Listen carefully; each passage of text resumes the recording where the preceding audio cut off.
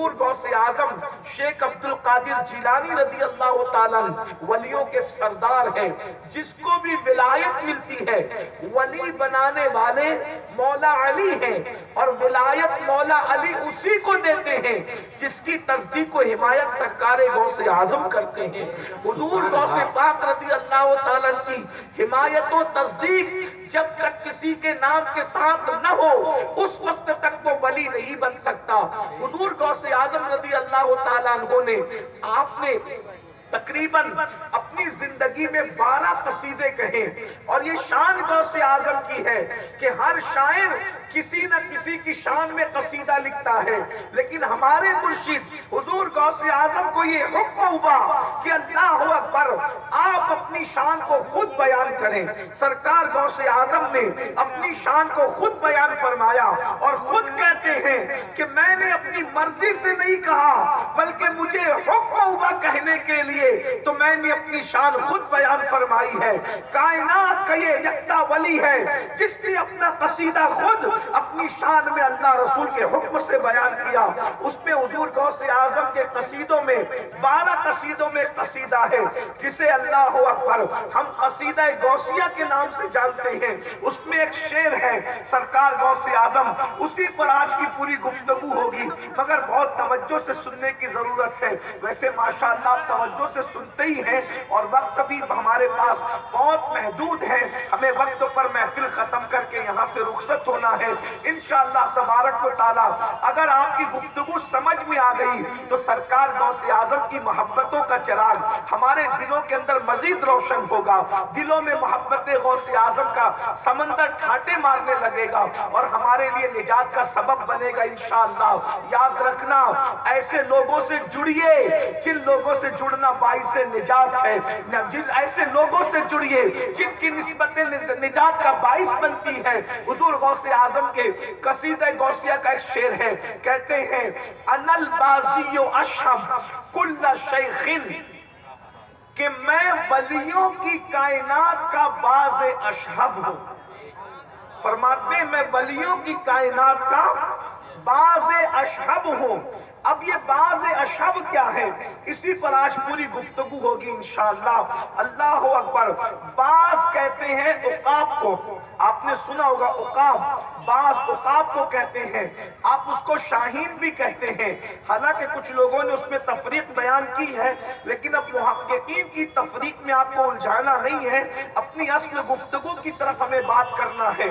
عقاب، شاہین، باز، یہ سب ایک ہی نام لوگ بیان کرتے ہیں. اب غوث پاک کہتے ہیں کہ میں ولیوں کی دنیا کا باز اشہب ہوں. لغت میں جب آپ اٹھائیں گے لغت تو باز کا مطلب تو آپ سمجھ گئے عقاب کے، شاہین کے سمجھ گئے، آپ سمجھ گئے کہ ایگل وہی باز، وہی شاہین، وہی ایگل، وہی عقاب. اب یہ جو اشہب کہا تو اشہب کا معنی ہوتا ہے، کچھ لوگوں نے لغت لکھتے وقت اشہب کو لکھا باز اشہب کا مطلب سفید باز، بعض لوگوں نے لکھا باز اشہب کا مطلب سبز باز. لیکن جب آپ سارے معنی کو ملاتے ہیں تو میرے اپنے نظر میں یہ معنی بڑا خوبصورت لگتا ہے، چمکتا ہوا باز. اس لیے کہ یہ نورانی خاندان کے فرد ہے، تیری نسل پاک میں ہے بچہ بچہ نور کا، تو ہے عین نور، تیرا سب گھرانہ نور کا. اب باز ہے باز، اور باز بھی وہ نور والا باز، چمکتا ہوا باز. غوث پاک کہتے ہیں میں ولیوں کی دنیا کا باز ہوں. اور اب باز کسے کہتے ہیں اب وہ سمجھیے، تاکہ غوث پاک نے اپنی جو شان بیان کی ہے وہ آپ کو مکمل سمجھ میں آ جائے. ویسے تو غوث اعظم سمجھنے کی چیز نہیں ہے، جب کرامت سمجھ میں نہیں آتی، کرامت کہتے اس کو ہے جو ولی کا فعل ہوتا ہے. جب فعل ولی سمجھ میں نہیں آ سکتا تو ذات ولی کیسے سمجھ میں آ سکتی ہے؟ اور جب ذات ولی سمجھ میں نہیں آ سکتی تو سید الاولیاء جو لوگوں کو ولی بناتا ہو، جو چوروں کو ولی بناتا ہو، اس کی عظمت اور بزرگی مکمل کیسے سمجھ میں آ سکتی ہے؟ تو باز جو ہوتا ہے پہلی چیز وہ ولیوں کے، وہ باز جو ہوتا ہے وہ پرندوں کی دنیا کا سردار ہوتا ہے. باز پرندوں کی دنیا کا سردار، اللہ اکبر. یعنی پرندوں میں جو سردار ہے اسے عقاب کہتے ہیں، اسے باز کہتے ہیں۔ غوث پاک کہتے ہیں میں ولیوں کی دنیا کا باز ہوں، یعنی جیسے پرندوں کی دنیا کا سردار باز ہوتا ہے، ویسے عبد القادر جیلانی ولیوں کی دنیا کا سردار ہے۔ اللہ اکبر۔ اقبال نے اپنی پوری شاعری کو جب مومن کی شان بیان کی ہے تو عقاب سے تشبیہ دی ہے، باز سے تشبیہ دی ہے۔ اقبال کہتے ہیں نہیں تیرا نشے من قصر سلطانی کے گنبد پر، نہیں تیرا نشے من قصر سلطانی کے گنبد پر، تو شاہی ہے بسیرا کر پہاڑوں کی چٹانوں میں، اور عقابی روح جب بیدار ہوتی ہے جوانوں میں، نظر آتی ہے ان کو اپنی منزل آسمانوں میں۔ اقبال کی نظر میں جو مومن ہے اس کو انہوں نے عقاب سے تشبیہ دی۔ اب میں عقاب کے بارے میں کچھ تحقیق رکھتا ہوں محققین کی، پھر غوث پاک کی شان بیان کرتا ہوں۔ نمبر 1، عقاب جو ہوتا ہے، عقاب آپ نے سن لیا کہ وہ پرندوں کی دنیا کا سردار ہے۔ دوسری بات یہ ہے کہ عقاب جتنا اوپر اڑتا ہے، اونچا، کوئی پرندہ اس کے برابر نہیں اڑتا۔ عقاب کے برابر کوئی پرندہ نہیں اڑ سکتا۔ غوث پاک نے کہا میں عقاب ہوں، ولیوں کی دنیا کا عقاب ہوں۔ اب غوث پاک کہنا کیا چاہتے ہیں یہ تو پوری زندگی بیان کیجئے، زندگی ختم ہوگی لیکن اس کی تشریح ختم نہیں ہو سکتی ہے نا۔ غوث پاک فرما رہے ہیں کہ میں ولیوں کی دنیا کا عقاب ہوں، اور عقاب کی شان یہ ہے کہ اس کے برابر کوئی کوا نہیں اڑ سکتا، اس کے برابر کوئی چڑیا نہیں اڑ سکتی۔ اور عقاب کتنا اوپر جاتا ہے، ہزاروں میل وہ اوپر اڑتا ہے۔ یہ کوئی مبالغہ نہیں، انٹرنیٹ پر آپ سرچ کر سکتے ہیں۔ اتنی اوپر کوئی پرندہ نہیں جاتا جتنا اوپر عقاب جاتا ہے، اور عقاب اتنا اوپر اڑتا ہے۔ اب آپ سمجھیے اتنا ہزاروں میل کے اوپر وہ اڑتا ہے، یہ اس کی پرواز ہے، یعنی کوئی پرندہ اس کے برابر اڑ نہیں سکتا۔ غوث پاک کہتے ہیں کہ میں پرندوں کی دنیا کا عقاب ہوں، جیسے عقاب کے برابر کوئی پرندہ پرواز نہیں کر سکتا، ویسے روحانیت کی دنیا میں عبد القادر کے برابر کسی کی پرواز نہیں ہو سکتی۔ کوئی ولی روحانیت کی دنیا میں میرے ساتھ پرواز نہ کر سکا، میرے ساتھ اڑ نہ سکا۔ یہ تو اپنا اپنا ہے حوصلہ، یہ تو اپنی اپنی اڑان ہے۔ کوئی تھک کے رہ گیا باپ تک، کوئی کہکشاں سے گزر گیا۔ نعرہ تکبیر، نعرہ رسالت، نعرہ حیدری، عرس سید شیر علی آغا۔ کہاں پرواز کی غوث اعظم نے، اور کہاں تک پرواز ہوئی غوث اعظم کی؟ تو غوث اعظم فرماتے ہیں جہاں جہاں میرے نبی گئے میں نے وہاں وہاں پرواز۔ غوث پاک کہتے ہیں جہاں جہاں نبی نے قدم رکھا وہاں وہاں میں نے قدم رکھا، ان کے قدم پر میں نے قدم رکھا، ان کے قدم پہ میں نے قدم رکھا۔ جس منزل میں حضور گئے اس منزل میں نے قدم رکھا۔ بس ایک منزل تھی جہاں میں نہیں جا سکا، اور وہ منزل ہے منزل نبوت۔ انہوں نے نبوت پہ قدم رکھا، اس منزل میں میرا گزر نہ ہو سکا، اس لیے کہ ختم نبوت کا تاج حضور کے سر پر تھا۔ تو کہتے ہیں مقام نبوت کے علاوہ جہاں جہاں رسول اللہ پہنچے وہاں وہاں ان کے صدقے میں پہنچا۔ اسی لیے حضرت عاصی غازی پوری کہتے ہیں، عاصی غازی پوری کہتے ہیں پوچھتے کیا ہو شہ جیلا کے فضائل عاصی، پوچھتے کیا ہو شہ جیلا کے فضائل عاصی، ہر فضیلت کے وہ جامع ہیں نبوت کے سوا، ہر فضیلت کے وہ جامع ہیں نبوت۔ غوث پاک کی شان ذرا اندازہ کریں، یہ حضرت عاصی غازی پوری کوئی معمولی آدمی نہیں ہے۔ عاصی غازی پوری وہ ہستی ہے کہ حضور صدر الشریعہ اور جو وہ علامہ ظفر الدین جیسے لوگ جن کی تعریف کرتے نظر آتے ہیں۔ یہ عاصی غازی پوری کوئی معمولی ہستی کا نام نہیں ہے۔ آپ جن کو جانتے جو جانتے وہ جانتے ہیں، انہی کا بڑا مشہور شعر ہے آج بھولے نہ سمائیں گے کفن میں عاصی، قبر کی شب کس گل سے ملاقات کی رات۔ بہت بڑے ولی عاصی غازی پوری رحمت اللہ تعالیٰ علیہ۔ تو بہرحال اندازہ فرمائیں تو حضور غوث پاک فرماتے میں عقاب ہوں ولیوں کی دنیا کا۔ اب آپ بات ذہن میں رکھتے جائیے گا، اور آگے پھر ہم کچھ نتیجہ اس سے اخذ کریں گے اور آپ کو بات سمجھ میں آئے گی انشاءاللہ۔ حالانکہ آپ ہمارے سنی جلسے میں دیر سے آنے کے عادی ہیں، مگر آپ آ ہی رہے ہیں، جلدی آج آپ آ گئے تو بیٹھتے جائیے، لیکن اٹھنے بیٹھنے میں آپ کا دماغ منتشر نہیں ہونا چاہیے۔ کیونکہ انتہائی فکری گفتگو آپ کے سامنے ہو رہی ہے تو آپ کو فکر ذہن کے ساتھ سننا چاہیے. ایک بار میں بلند آواز سے درود شریف پڑھنے، جو کھڑے وہ بیٹھ جائیں، جو کھڑے وہ بیٹھ جائیں. بلند آواز سے سب درود شریف پڑھنے، بلند آواز سے پڑھ، عقاب کی طرح بھائی ذرا ہمت لگائیے. اللہم صلی علی سیدنا و مولانا محمد معدن الجود والکرم والہ الکرام وابنہ الکریم و امتہ الکریمہ یا اکرم الاکرمین و بارک وسلم. یہ بھائی لوگ جانے والے ہیں کیا بیٹھنے والے ہیں؟ یہ بیٹھ جاؤ بھائی ماشاءاللہ. اندر آ جائیں، اندر آ کے بیٹھ جائیں. سننا یہ تو عزت کے ساتھ بیٹھ کے سنو اچھے سے. ہاں اگر آپ کو ایسی تھوڑی دیر سن کے جانا ہے تو الگ بات ہے، لیکن اگر آپ کو محفل پوری سننا ہے تو بیٹھ جائیے اچھے سے. ایک بار پھر درود شریف پڑھیں. اصل میں ایسا ہوا کہ آج میری فلائٹ جو ہے وہ ناگپور سے ہے اور وہ بھی 6 بجے کی فلائٹ. تو میں نے نعیم بھائی سے کہا تھا کہ میں جلدی سے تقریر کر کے چلا جاؤں گا، تھوڑا کوپریٹ کیجئے گا، کیونکہ اتفاق ایسا ہے کہ مجھے جہاں جانا ہے تو وہ یہاں سے فلائٹ نہیں ہے، وہ وہیں سے ہے، تو مجھے جلدی نکلنا ہوگا. تو میں نے یہ بھی کہا تھا کہ اعلان کر دینا کہ میں جلدی چلا جاؤں گا. دیکھو لیکن یہ ہماری سنی قوم ہے، ہم ان کو جب بلاتے ہیں یہ آ جاتے ہیں. ہم نے 9 بجے بلایا تو لوگ آگے، جلدی بلایا تو آگے ماشاءاللہ. اگر ہم اپنے جلسوں کا مزاج یہی بنا لیں کہ میں عشاء کے بعد آؤ 10 بجے ختم، تو بھی ہماری قوم آ جائے گی. یعنی ہماری قوم بہت وفادار قوم ہے ماشاءاللہ، جب بلاؤ تب آ جاتے ہیں. تو ذرا سا عاشقوں کی طرح درود شریف پڑھو، پھر میں اپنی گفتگو آگے بڑھاتا ہوں. اگر یہ جو بھائی لوگ کھڑے ہوئے ہیں اگر یہ بھی اندر آ جائے تو بہت اچھا ہو جائے. آپ لوگ جو کھڑے ہوئے ہیں آپ سے کہہ رہا ہوں ماشاءاللہ، بہت اچھے لوگ ہیں نا آپ لوگ ماشاءاللہ. آ جائیں، بیٹھ جائیں، اطمینان سے بیٹھ جائیں. کب تک کھڑے رہو گے؟ اب بھی جو یہ بھائی جو کھڑے ہوئے، بھائی یہ کوئی برات نہیں ہے کہ آپ کھڑے رہ کر کے تماشا دیکھو. یہ سرکار غوث اعظم کی محفل ہے، ان کے نانا جان کی محفل ہے، یہاں عزت کے ساتھ لوگوں کو بٹھایا جاتا ہے. ایک بار پھر بلند آواز سے درود شریف پڑھیں، گفتگو آگے بڑھے. اللہم صلی علی اللہم صلی علی سیدنا و مولانا محمد معدن الجود والکرم والہ الکرام اجمعین. میری گفتگو کے درمیان میں علماء کرام بھی آئے، سادات کرام، ہمارے سید صاحب برادر معظم کریم وہ بھی تشریف لائیں. تو اگر جو ہے وہ گفتگو ہو رہی تھی اس لیے ان کا استقبال نہیں ہو سکا. جب سرکاروں کا ذکر ہو رہا ہو تو پھر کسی کا استقبال کرنا بے ادبی سے قریب ہے. تو میں اب میں ان کا استقبال، سب کا استقبال کر لیتا ہوں. ان سب بزرگوں کا، ہمارے سید بادشاہ کا سب کا استقبال ہے. پھر آپ لوگ درود شریف پڑھ لیں. صلی اللہ علیہ وآلہ. درود شریف پڑھنے کے لیے کہا جاتا ہے تو ایسے پڑھتا ہے، مزہ نہیں آیا. درود جب بھی کوئی پڑھنے کے لیے، کوئی کہ بچہ بھی کہے درود پڑھنے کے لیے، ایسا پڑھو کہ پوری محفل گونج جائے.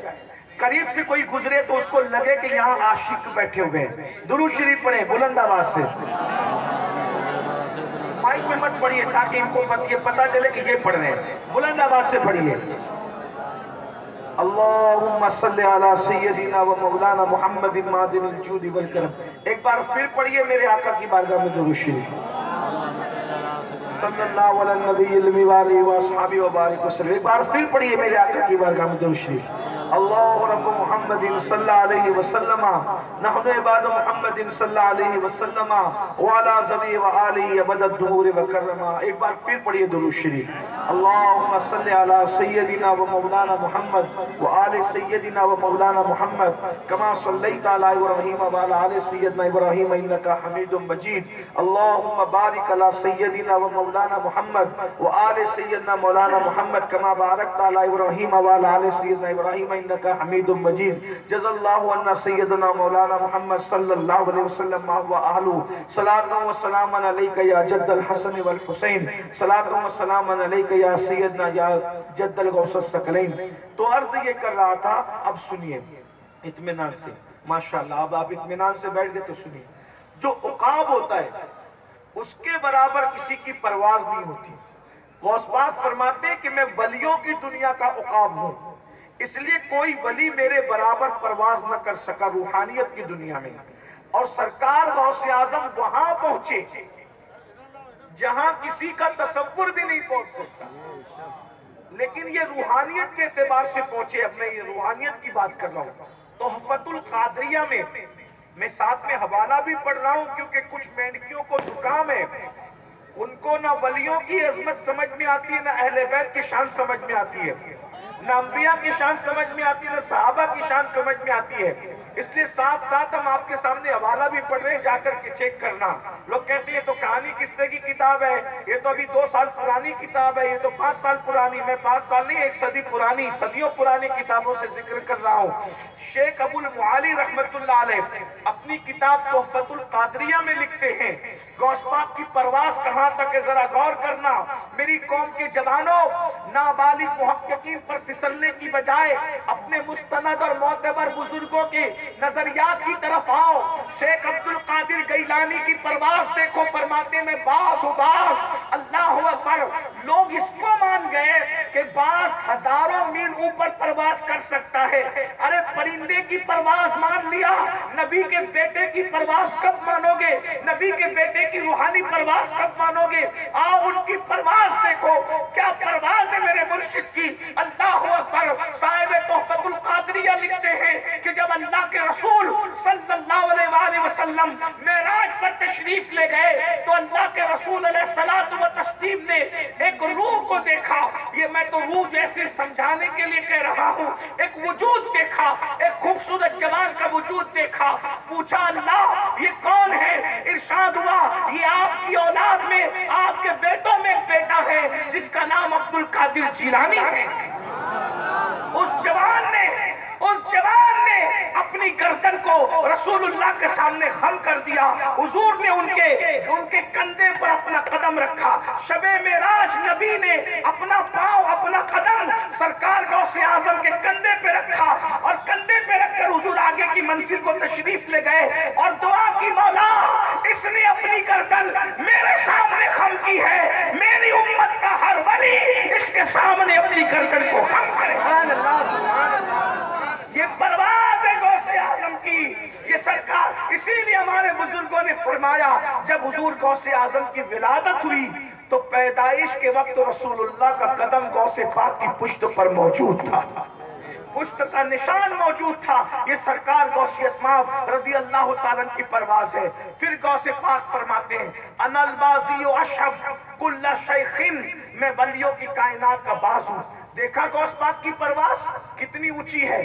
نمبر 2، جو باز ہوتا ہے، جو باز ہوتا ہے وہ کسی کا بچہ کچا شکار نہیں کھاتا، باز خود شکار کرتا ہے، باز تازہ شکار کر کے خود کھاتا ہے۔ تحقیق کیجئے، میں اپنی طرف سے نہیں، یہ تو کوئی کتاب کی ہماری بات بھی نہیں ہے، اس عنوان میں تو ہم آپ سے کمزور ہے۔ باز پر جو تحقیق ہے انٹرنیٹ پہ چیک کیجئے، جائیے چیک کیجئے۔ کتابوں میں جو ہے وہ تو اپنی جگہ ہے، لیکن یاد رکھنا علماء کی تحقیق پھر اپنی تحقیق ہے، لیکن انٹرنیٹ کی دنیا کو ماننے والوں ذرا چیک کرو۔ آج سے 900 سال پہلے میرے مرشد نے کہا میں باز ہوں، آج تم باز پہ تحقیق کر رہے ہو۔ باز کے بارے میں لوگ کہتے ہیں عقاب کے بارے میں کہ وہ کسی کا بچہ کچا شکار نہیں کھاتا، وہ خود شکار کرتا ہے۔ گیدڑ دوسروں کا شکار کیا ہوا کھاتا ہے، کتے دوسروں کا شکار کیا ہوا کھاتے ہیں، لومڑی دوسروں کا شکار کیا ہوا کھاتی ہے، دوسرے پرندے کوے وغیرہ دوسروں کا شکار۔ لیکن باز اتنا غیرت مند ہوتا ہے، وہ خود شکار کرتا ہے اور وہ کسی کا بچہ کچا شکار نہیں کھاتا۔ اب کیا مطلب؟ میں ولیوں کی دنیا کا باز ہوں، یعنی مجھے یہ مت سمجھنا کہ میں نے روحانیت کے دسترخوان پہ کسی کا بچہ کچا کھایا ہے، اس لیے کہ ولیوں کو بھی تو بچہ کچا ملا ہے۔ ایک ولی تھا، اس نے سینہ لگا کر دوسرے کو ولی بنا دیا، اس نے سینہ لگا کے تیسرے کو ولی بنا دیا، اس نے نظریں ملا کر کسی کو ولی بنا دیا۔ غوث پاک کہتے ہیں میں باز ہوں، باز، مجھے کسی نے سینہ لگا کے ولی نہیں بنایا، مجھے میرے مرشدوں کے فیوز و برکات میں ولی نہیں بنایا، بلکہ سن لو اللہ اکبر، عبد القادر وہ ہے، ہر منزل ولایت کی میں نے خود طے کی ہے، اور طے کرانے والا کوئی ولی نہیں تھا۔ جب میں ولایت کی منزلیں طے کر رہا تھا تو ایک ہاتھ رسول اللہ کے ہاتھ میں تھا، دوسرا ہاتھ علی مرتضیٰ کے ہاتھ میں۔ نعرہ تکبیر، نعرہ رسالت، نعرہ حیدری، خطیب اعظم ہندوستان علامہ سید امین القادری صاحب قبلہ۔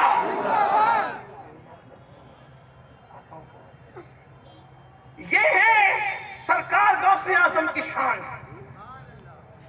ولی لوگ بہت ولی بنے، ہاں بے شک کسی ولی کی دعا سے بنے، کسی ولی کی نظر سے بنے، کسی ولی کے فیضان سے۔ مثال کے طور پر میں کئی نام پیش کر سکتا ہوں کہ بہت لوگوں کو ولی کسی نے سینے لگا کر کے بنا دیا، کسی نے نہ، بلکہ ہمارے مرشد سرکار غریب نواز کی شان یہ ہے، ہمیشہ آنکھیں بند کر کے بیٹھتے تھے، جب آنکھیں کھول کے کسی کو غور سے دیکھ لیتے تھے تو اس کو مقام ولایت عطا کر دیتے، نظروں سے ولی بنتے۔ لیکن غوث پاک کو ایسا کسی نے نہیں بخشا، غوث پاک پیدائشی ولی تھے، ارے پیدا بعد میں ہوئے، نبی کے معراج میں کاندھا پیش کرنے کے لیے پہنچ گئے۔ اب یہ بات لوگ کہتے ہیں یہ تو کہانی ہے، میں نے کہا حدیث بھی ہے۔ حدیث کیا ہے؟ اللہ کے رسول علیہ السلام فرماتے ہیں کہ جو باوضو سوتا ہے، توجہ، جب ہم کہتے ہیں نا شب معراج غوث پاک پہنچ گئے عرش پر قدم پیش کرنے کے لیے، کاندھا پیش کرنے کے لیے، قدم کے لیے، یہ کیسے ہو سکتا ہے؟ کوئی غیر نبی عرش پر کیسے پہنچ سکتا ہے؟ میں نے کہا روحانیت میں پہنچے، اور حدیث ہے اللہ کے رسول فرماتے ہیں جب کوئی مومن باوضو سوتا ہے تو اس کی روح کو عرش کے نیچے لے جایا جاتا ہے، وہ رات بھر سجدے میں رہتی ہے۔ ارے باوضو کوئی عام مسلمان سو جائے تو اس کی روح عرش کے نیچے تک لے جائی جاتی ہے، جو ولیوں کا سردار ہے اگر اس کی روح لے کر کے عرش پر چلے گئے فرشتے، تو اس میں تعجب کی کون سی بات ہے؟ ہر چیزیں قرآن میں موجود ہے، حدیث میں موجود ہے، آپ جاہل ہے تو اس کا علاج کون کیا کر سکتا ہے؟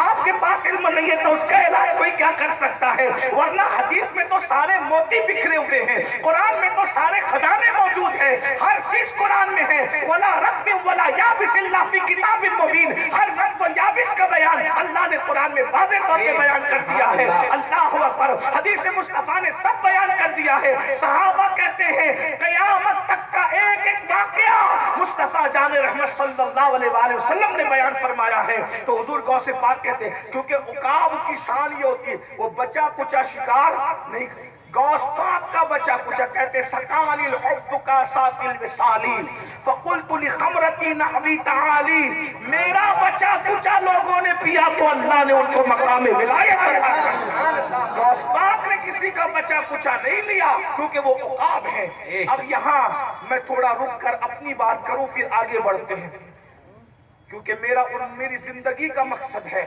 کہ جو محفل میں آئے ان کو بھی تو کچھ ملے، کیونکہ آپ تو غوث پاک بن نہیں سکتے، میں بھی نہیں بن سکتا، نظام الدین اولیاء نہیں بن سکے غوث پاک کے منصب پر، تو میں اور آپ کی اوقات کیا ہے؟ لیکن اتنا یاد رکھیے ہمیں کچھ سمجھنا ہوگا۔ ولیوں کی زندگی سن کر صرف سبحان اللہ نعرے لگا کر کے کام نہیں بنتا، ہمیں مومن کو بھی ڈاکٹر اقبال نے عقاب سے تشبیہ دی کہ تم بھی عقاب ہو، غوث پاک ولیوں کی دنیا کے عقاب اور تم اس دنیا کے عقاب ہو۔ تو جیسے عقاب، اب میں آپ سے بھی مخاطب ہوں، ابھی آگے بیان کروں گا غوث پاک کس طرح ولیوں کی دنیا کے عقاب ہے، لیکن آپ سے بھی کہتا ہوں آپ بھی عقاب ہو، انسانوں کے عقاب، وہ ولیوں میں عقاب ہے، تم انسانوں میں عقاب ہو۔ تو جیسے عقاب کووں کے ساتھ نہیں اڑتا تو تم بھی مومن ہو، غیر مومن سے تمہاری دوستیاں کیوں ہیں؟ بات سمجھ میں آتی ہے؟ غیر مومن سے تمہاری دوستیاں کیسی ہیں؟ عقاب کے ساتھ اڑتا ہے، عقاب کووں کے ساتھ نہیں اڑتا، عقاب چڑیوں کے ساتھ نہیں اڑتا۔ اس لیے میری گزارش ہے اے مسلمان نوجوانوں، تم نے دوستی گیمز سے کیسے کر رکھی ہے، تم نے دوستی جوئے سے کیسے کر رکھی ہے، تم نے دوستی شراب سے کیسے کر رکھی ہے، تم نے دوستی گناہ سے کیسے کر رکھی ہے؟